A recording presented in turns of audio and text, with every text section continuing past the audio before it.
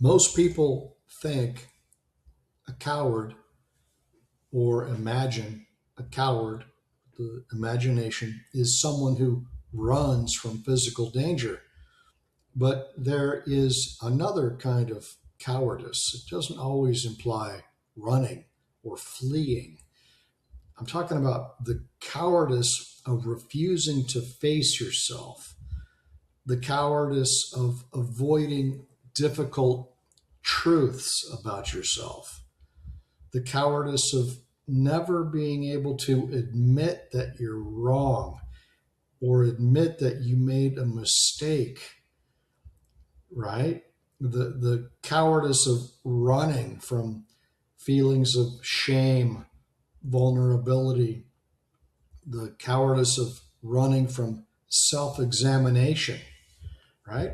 And I think this kind of cowardice lies at the very heart of much of narcissistic behavior. They have, narcissists have an appearance of strength. They'll work all day and all night to appear strong, to appear like they've got it all together, to appear like they're the dignified one, to appear that they're strong, confident, certain, commanding. I've seen them even try to command, and intimidating. I have witnessed I have witnessed, well, malignant narcissists too, trying to just intimidate people. And I have observed two different men that I could name trying to do that. The thing is, appearances are deceiving and deceptive. Many narcissistic behaviors are carefully constructed defenses that are designed to avoid something that to them is extremely frightening, terrifying, and that is the truth about themselves, what they actually factually are, right? And anyone, like, what was the story? Saint Oxbury. It was the boy who pointed out that the king, well, the emperor has no clothes, was the title of the story. Everyone else was playing along with it. The king was out on a parade and he forgot to get dressed that morning. And a boy, he points and says, the emperor has no clothes. And the crowd goes, "You can't say that, Billy. Billy, don't say that. You're not supposed to tell the king what he actually is." And that's narcissists. They're the king.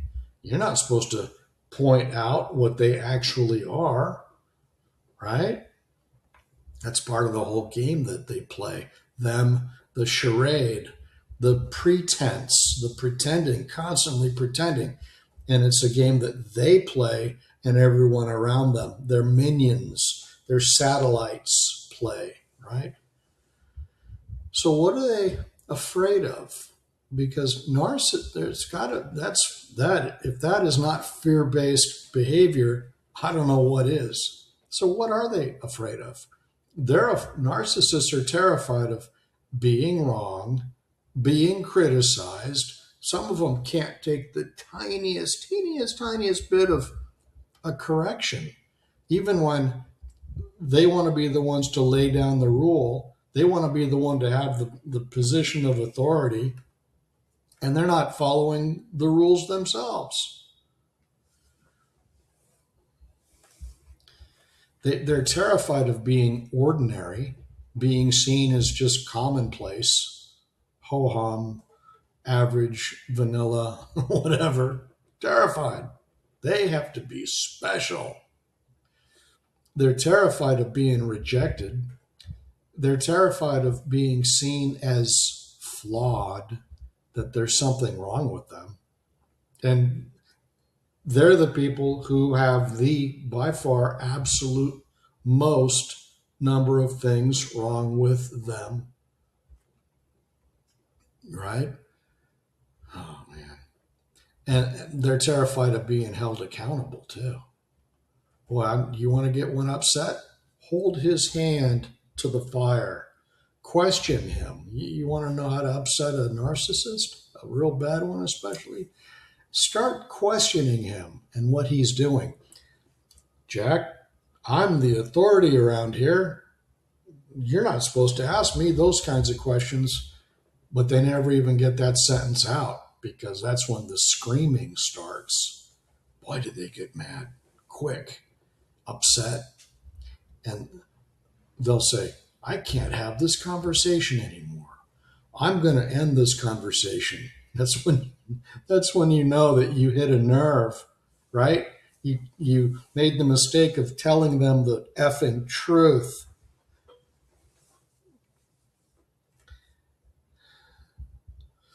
Narcissists. Aren't they a lot of fun? Here's the thing. This is what they're terrified of, because if your entire identity depends upon appearing superior, then any little crack in that image feels like, oh my God, 911. Oh my God, the sky is falling. There's a crack in my image. Oh my God. That's your false self. Give it up. The remedy for that is give up your false self. What are you dragging it around for anyway? You don't need it. Your false self is a thing that constantly gets you into trouble. So what are you dragging it around for? Why do you need it? Dragging your false self around is like wearing I have a down North Face parka in my closet, right? I don't wear it much where I live, but it's like wearing that jacket on a hot August day. I almost said hot August night after the album by Neil Diamond from many years ago that I never bought, but I've seen it laying around. It's a good album live.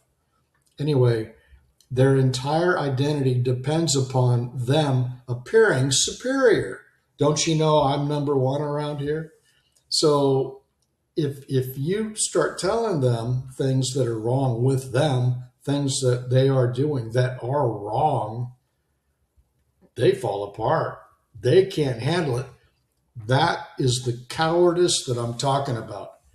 Narcissists are cowards.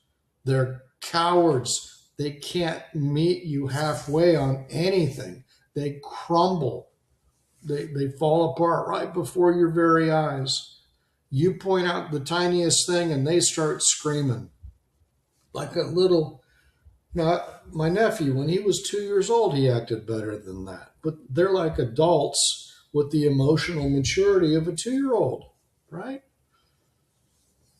And that's what happens. Their defenses come to the fore instantaneously. Like a siren goes off. Red light flashing. 911, 911. What is your emergency? My false self is, somebody said there's something wrong with me. Oh my God. That's them. So here it comes. They defend themselves. Here comes their anger, their hostility, their rage. You ever experienced narcissistic rage? I know you have. If you're watching this, you have. The volcano explodes and the lava lands on you if you're near them. And do they care? They don't care in the slightest who they explode upon.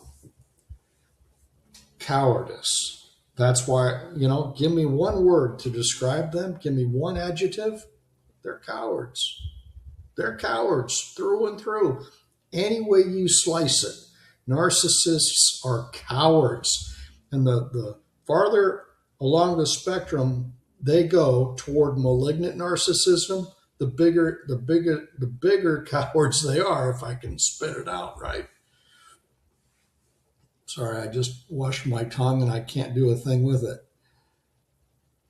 Okay. Anger, hostility, resentment. Oh, they can carry resentment for decades. Blame shifting. Well, what about you? Well, we're not talking about me. I'm talking to you about this mistake you made, Bill, on the job, whatever, right? A neighbor, a sibling, in your home, your parents, whoever. I'm just saying, these people they're fragile. Fragile. They are fragile. They are fragile. They are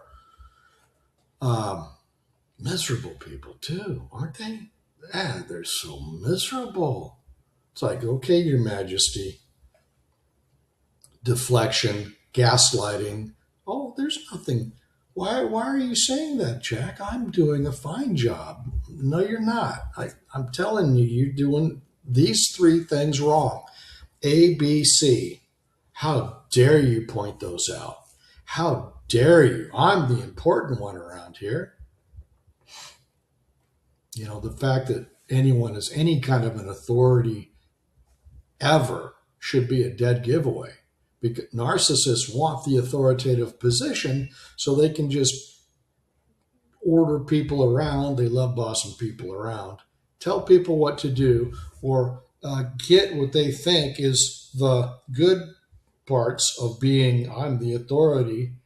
Oh, I can pretend that I'm number one, so they can get the good parts of that, but they don't want to do the actual work ever.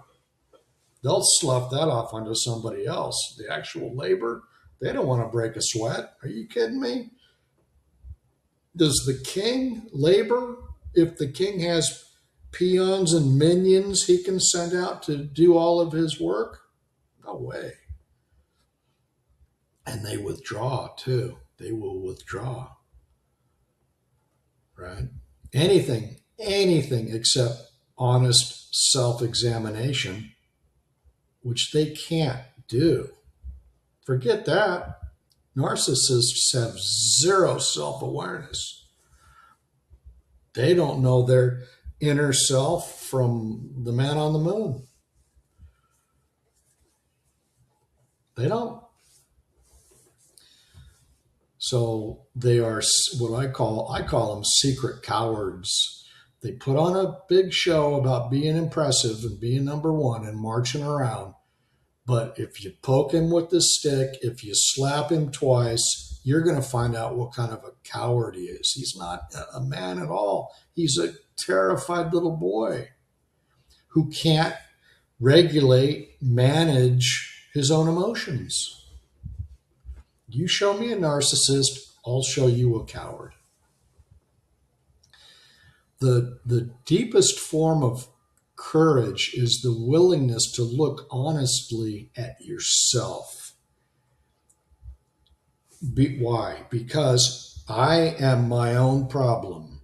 I am my own problem. You are your own problem. The only problem I have is me as I presently am. That's a fact. It's the only problem I have is me. So the problem is here. The solution is also here. What's the solution? It's always the same. It's moment to moment, impartial self-examination. Self-examination, not other examination, not exterior, focus, not me being focused on things of the outside, not me thinking that I can go to Macy's and buy a new shirt and that'll solve all my problems. Well, I'm not feeling too good today. I'm feeling kind of down. Let me just go buy something. Let me go get a new red truck. That'll make me happy. No, it'll give you a new car payment or deplete your bank account or jack up your insurance, but it's not going to make you happy. It can do a lot of things, but it can thrill you. We'll leave it at that. It's a thrill. I buy a new truck. It's a thrill. I buy a shirt at Macy's. It's a little thrill. That's all it is. And those go away quick. They don't last. So the deepest form of courage is your willingness to look honestly at yourself, to admit, I made a mistake. I was selfish. I hurt someone. I was wrong. Have you ever heard those sentences from a narcissist? Never. I'll give you $1,000 cash for every time that you have. Right? I'll go to the bank. We'll nip over to the ATM together, and I'll hand you 10 $100 bills, brand new. If you can show me one narcissist on this planet who will say the words, I made a mistake, I was wrong, it's my fault, I hurt someone. They don't do that. Why? Because that takes tremendous courage. Narcissists lack courage. Narcissists do not exist at the level of courage or self-honesty. Narcissists don't do self-honesty.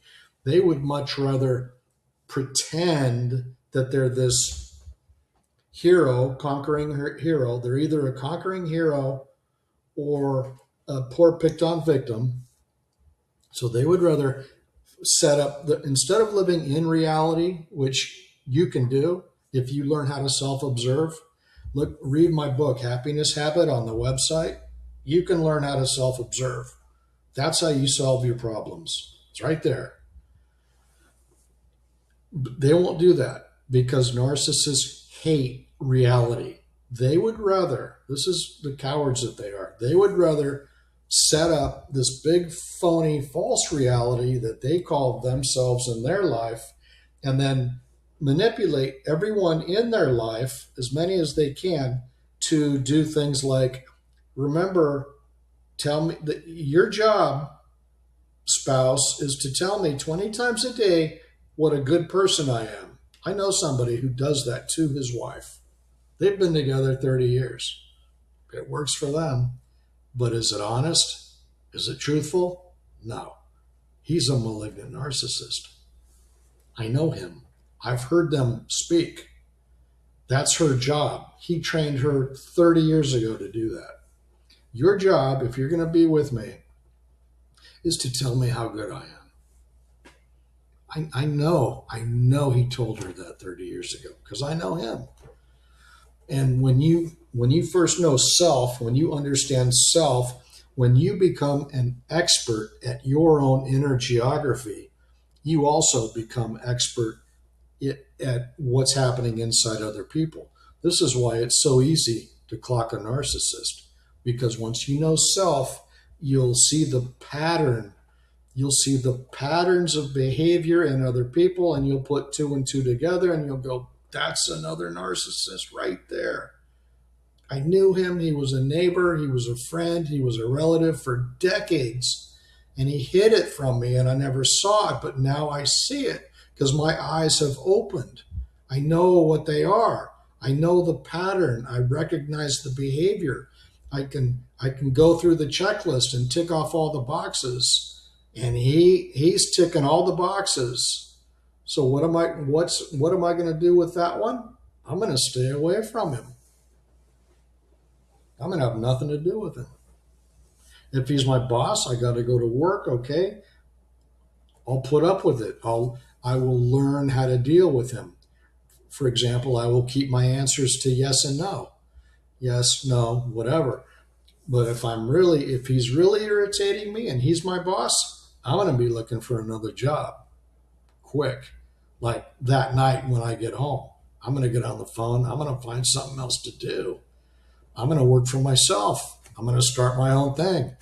I'm going to use my you can't have a good relationship with a narcissist. Therefore, I'm going to use my horrible relationship with him or her or whoever it is to get out of that and go start my own thing. So I'm not dependent on him. I worked for a malignant narcissist for, I think I was with this one company for 7-8 years.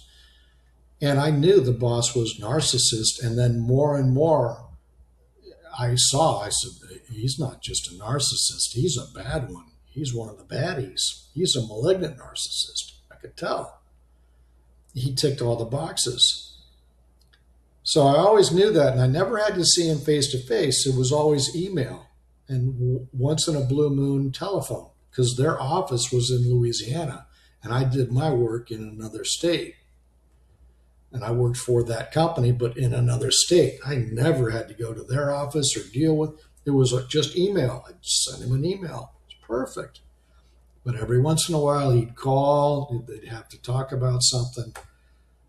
Mostly it was email. Thank God. Maybe that's why I lasted so long. But I clocked him years ago. I knew what he was long before he probably knows what he probably has no idea what he is unless somebody else has told him.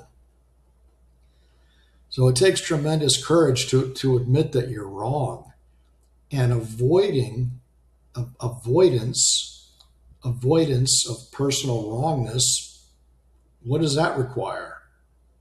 Nothing, just fear. If you're terrified of looking at yourself as you actually are, that's what fear is. And it's irresponsible because when you're a narcissist and you can't regulate your own emotions, you're depending upon other people outside of you to regulate your emotions. How much more selfish than that can you get? That's extremely selfish. Because you won't face reality, you're asking the people around you to face your reality because you're not taking that responsibility for yourself. It's like, how sick can you be? It's incredibly sick. That's what narcissists are. They're sick. That's why I'm telling you, stay away from them. Don't have anything to do with them. Don't have anything to do with it. George Burns said, happiness is a warm, loving family in a city far, far away, right? How true is that? When you deal with other people, you are dealing with their problems. Why do you want to deal with other people's problems? Why? I don't. So the secret cowardice behind narcissism is the fact that they avoid self-observation. They cannot self-observe. They're not able to self-observe. That inability, that unwillingness to face their own inner world makes them the miserable cowards that they are. And see, nobody ran from anything physically, but emotionally they're running.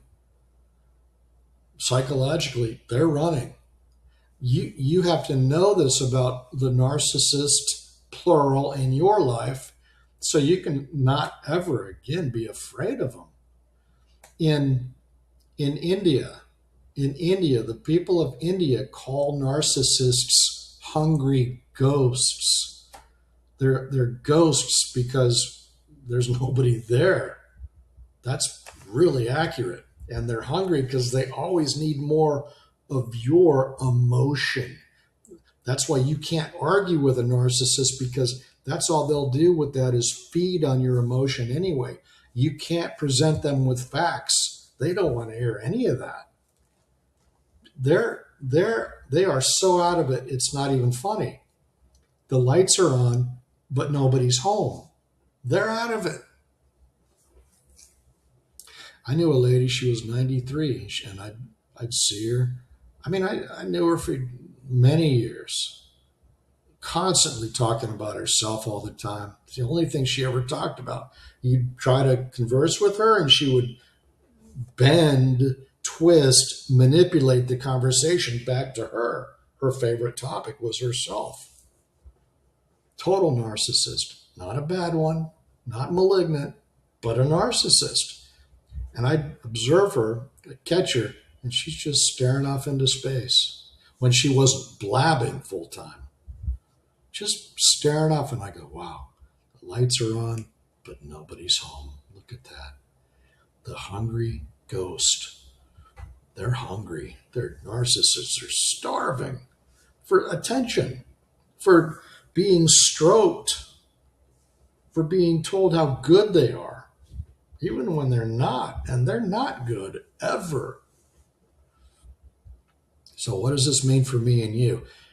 If you have dealt with narcissistic people, and if you are a human being walking around on two legs on this planet, you have dealt with narcissists. They are legion. Narcissists are teeming. This world is teeming with narcissists. They're everywhere. They're like rocks on the beach. They're everywhere. Shells on the beach, sand on the beach. They're everywhere. I estimate 40% of the population of this world, 40%, maybe a little less, maybe 35-ish, somewhere in there. They're everywhere, constant. So if you deal with narcissists, and I know you do, understanding them is your freedom. You have to clock them. You have to be aware of them and what they're trying to always do. They're always trying to manipulate you and everything else. They want control. They demand, I'm going to be the authority around here. That's a dead giveaway. And I insist, and the purpose of this video is I want you to stop being intimidated by their phony performance. Because that's all it is. It's a performance. I want you to stop being intimidated by them and just take a deep look at them. And what are you really? It's a terrified little boy, little girl inside of that body trying to appear like there's something. And that's the Wizard of Oz. At the end of the movie, right? Remember, they're terrified. The Cowardly Lion and the Tin Man and Dorothy, they're all terrified. They're on the yellow brick road. They're terrified of the lightning and all that, and the voice, I'm going to get you. Terrified. And what happens at the end of the movie? Toto, so there's four of them, three of them, Cowardly Lion, whatever, 3 or 4 adults. And then there's Toto, you could argue the smallest among that group, little Toto, who may represent nature, a little being. What Toto is the one that pulls the curtain back and reveals the wizard to be, what is he? Just a short, bald, little old man pulling levers and pushing buttons. There's the great Wizard of Oz. Toto pulls the curtain back, and the wizard, the great wizard, the terrifying wizard, is nothing at all. That's the narcissist. Nothing at all. Nothing. Okay? Call his bluff. You playing poker? You think this guy next to you is bluffing or whatever? Oh, you're bluffing. Oh, you're full of it. I know you. I'm reading you. He doesn't have any cards at all. I'm going to call his bluff. Call. Boom.